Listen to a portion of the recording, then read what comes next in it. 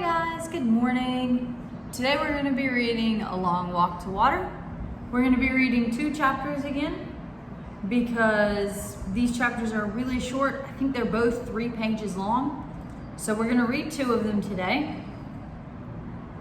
And last week, a lot of you guys told me that you liked videos where you could see me and see the book, like this. I'm going to see if I can find a way where you can see the words and hear me like this. I don't know how I would do it, but enough of you liked seeing the words, it helped you for me to point, and enough of you like seeing me that I think it would be helpful for me to try and figure it out. So I'm going to try and figure it out, but it'll probably be after Christmas when we start that if we don't come back to school. So we're going to start reading chapter 8. It's on page 45. I would love for you to follow along with me and read with me. So, Southern Sudan, 2008. It was like music, the sound of Akir's laugh. Naya's father had decided that Akir needed a doctor. So Naya and her mother had taken Akir to the special place, a big white tent full of people who were sick or hurt, with doctors and nurses to help them. After just 2 doses of medicine, Akir was nearly her old self again. Still thin and weak, but still able to laugh as Naya sat on the floor beside her cot and they played a clapping game. The nurse, a white woman, was talking to Naya's mother. Her sickness came from the water, the nurse explained. She should drink only good, clean water. If the water is dirty, you should boil it for a count 200 before she drinks it. Naya's mother nodded that she understood, but Naya could see the worry in her eyes. So the reason they have to drink clean water is the same reason we usually drink water out of like garrafons. It's because the water can make you sick. It doesn't every time, but it's possible. The water from the holes in the lake bed could be collected only in tiny amounts. If her mother tried to boil such a small amount, the pot would be dry long before they could count to 200. It was a good thing then that they would soon be returning to the village. The water that Naya fetched, so she went and got, from the pond, the plastic jug, could be boiled before they drank it. But what about next year at camp, and the year after that? And even at home, when Naya made that long, hot trip to the pond, she had to drink as soon as she got there. She would never be able to stop Akir from doing the same.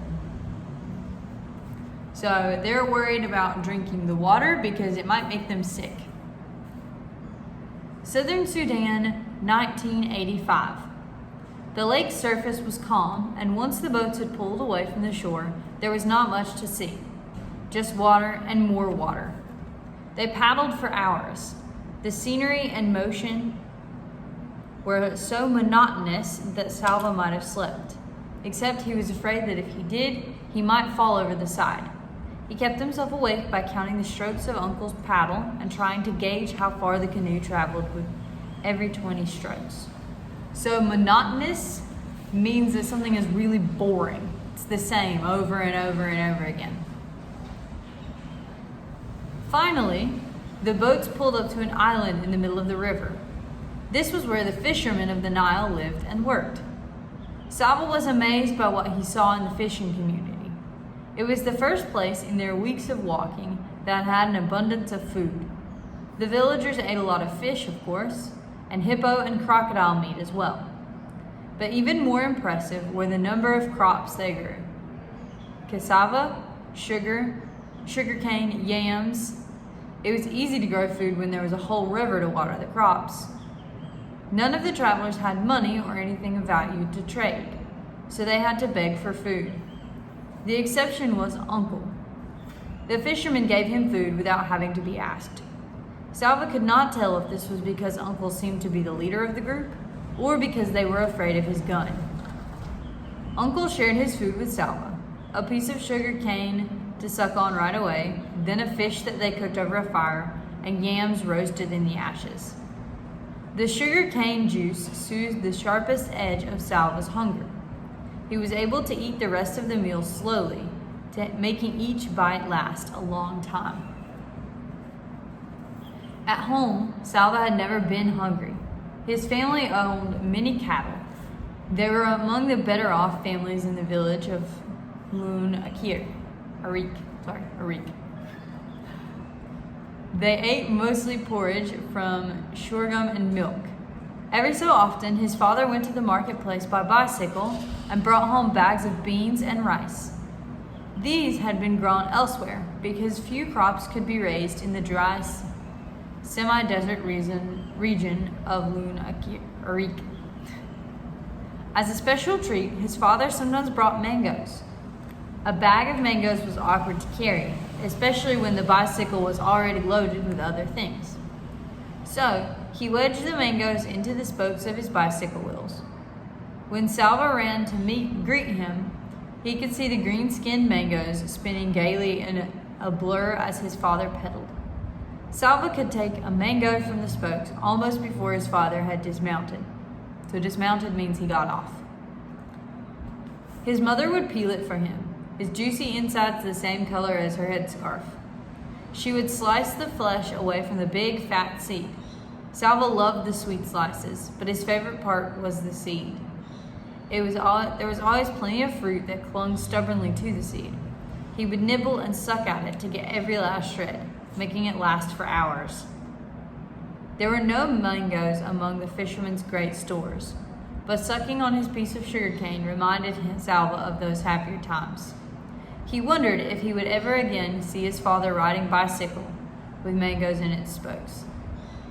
As the sun touched the horizon, the fishermen abruptly went to their tents.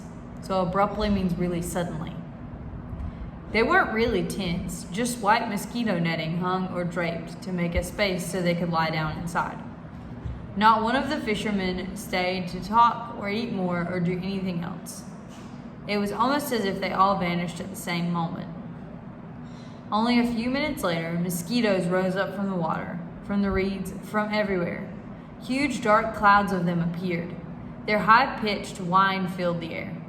Thousands, maybe millions of hungry mosquitoes massed so thickly that in one breath, Salva could have ended up with a mouthful if he wasn't careful. And even if he was, they were everywhere, in his eyes, nose, ears, on every part of his body. The fishermen stayed in their nets the whole night long. They had even dug canals from inside the nets to just beyond them so that they could urinate without having to leave their little tents. It didn't matter how often Salva swatted at the mosquitoes or that one swat killed dozens at a time. For every one he killed, it seemed that hundreds more swarmed in to take its place. With their high singing whine constantly in his ears, Salva slapped and waved at them in frustration all night long. No one in the group got any sleep. The mosquitoes made sure of that. In the morning, Salva was covered with bites. The worst ones were in the exact middle of his back, where he couldn't reach to scratch. Those he could reach, though, he scratched until they bled. The travelers got into the boats one more time to paddle from the island to the other side of the Nile. The fishermen had warned the group to take plenty of water for the next stretch of their journey. Salva still had the gourd that the old woman had given him, and others in the group had gourds too, or plastic bottles. But there were some who did not have a container. They tore strips from their clothing and soaked them in a desperate attempt to carry at least a little water with them. Ahead lay the most difficult part of their journey, the Akobo Desert. All right, now we're going to read chapter 9 on page 51. Southern Sudan, 2008. Naya's family had been back in the village for several months, the day the visitors came. In fact, it was nearly time to leave for the camp again. As the jeep drove up, most of the children ran to meet it. Shy about meeting strangers, Naya hung back. Two men emerged from the jeep. They spoke to the biggest boys, including Naya's brother Deb, who led them to the home of the village chief, his and Naya's uncle. The chief came out of his house to greet the visitors. They sat in the shade of the house with some of the other village men and drank tea together and talked for a while. What are they talking about? Naya asked Deb. Something about water, Depp replied. Water. The nearest water was a pond, of course, half a morning's walk away. Anyone could have told them that. Southern Sudan in 1985. Salva had never seen anything like the desert. Around his village, Loon Arik, enough grass and shrubs grew to feed the grazing cattle. There were even trees. But here in the desert, nothing green could survive except tiny evergreen acacia bushes, which somehow endured the long winter months with almost no water. Uncle said it would take 3 days to cross the Okobo. It's going to take them 3 days to get across this desert. Salva's shoes stood no chance against the hot, stony desert ground. The soles, so the bottom part, made from rubber tire treads, had already been reduced to shreds, held together with a little leather and a great deal of hope. After only a few minutes, Salva had to kick off the flapping shreds and continue barefoot. The first day in the desert felt like the hottest day Salva had ever lived through. The sun was relentless and eternal. There was neither a wisp of cloud nor a whiff of breeze for relief. Each minute of walking in that arid heat felt like an hour. Even breathing became an effort. Every breath Salva took seemed to drain in strength rather than restore it. Thorns gored at his feet. His lips became cracked and parched. Uncle cautioned him to make the water in his gourd last as long as possible. It was the hardest thing Salva had ever done, taking only tiny sips when his body cried out for huge gulps of thirst-quenching, life-giving water. The worst moment of the day happened near the end. Salva stubbed his bare toe on a rock, and his whole toenail came off. The pain was terrible. Salva tried to bite his lip, but the awfulness of that never-ending day was too much for him. He lowered his head, and the tears began to flow. Soon he was crying so hard he could hardly get breath. He could not think. He could barely see. He had to slow down, and for the first time in the long journey, he began to lag behind the group. Stumbling about blindly, he did not notice the group drawing farther and farther ahead of him. As if by magic, Uncle was suddenly by his side. Salva Mawin Dut Arik, he said, using Salva's full name loud and clear. Salva lifted his head, the sobs interrupted by surprise. Do you see that group of bushes? Uncle said, pointing. You only need to walk as far as those bushes. Can you do that, Salva Mawin Dut Arik? Salva wiped his eyes with the back of his hand. He could see the bushes. They did not look too far away. Uncle reached into his bag, took out a tamarind, and handed it to Salva. Chewing on the sour, juicy fruit made Salva feel a little better. When they reached the bushes, Uncle pointed out a clump of rocks up ahead and told Salva to walk as far as those rocks. After that, a lone acacia, another clump of rocks, a spot bare of everything except sand. Uncle continued in this way for the rest of the walk. Each time he spoke to Salva using his full name. Each time, Salva would think of his family and his village, and he was somehow able to keep his wounded feet moving forward, one painful step at a time. At last, the sun was reluctantly forced from the sky. A blessing of darkness fell across the desert, and it was time to rest. The next day was a precise copy of the one before. The sun and the heat, and worst of all to Salva's mind, a landscape that was utterly unchanged. The same rocks, the same acacias, the same dust. There was not a thing to indicate that the group was making any progress at all across the desert. Salva felt as if he had walked for hours while staying exactly in the same place. The fierce heat sent up shimmering waves that made everything look wobbly. Or was he the one that was wobbling? That large clump of rocks up ahead, it almost seemed to be moving. It was moving. It was not rocks at all. It was people. Salva's group drew near. Salva counted 9 men. All of them collapsed in the sand. One made a small, desperate motion with his hand. Another tried to raise his head but fell back again. None of them made a sound. As Salva watched, he realized that 5 of the men were completely motionless. One of the women in Salva's group pushed forward and knelt down. She opened her container of water. "What are you doing?" a man called. "You can't save them." The woman did not answer. When she looked up, Salva could see tears in her eyes. She shook her head, then poured a little water onto a cloth and began to wet the lips of one of the men in the sand. Salva looked at the hollow eyes and the cracked lips of the men lying on the hot sand. His own mouth felt so dry he merely choked when he tried to swallow.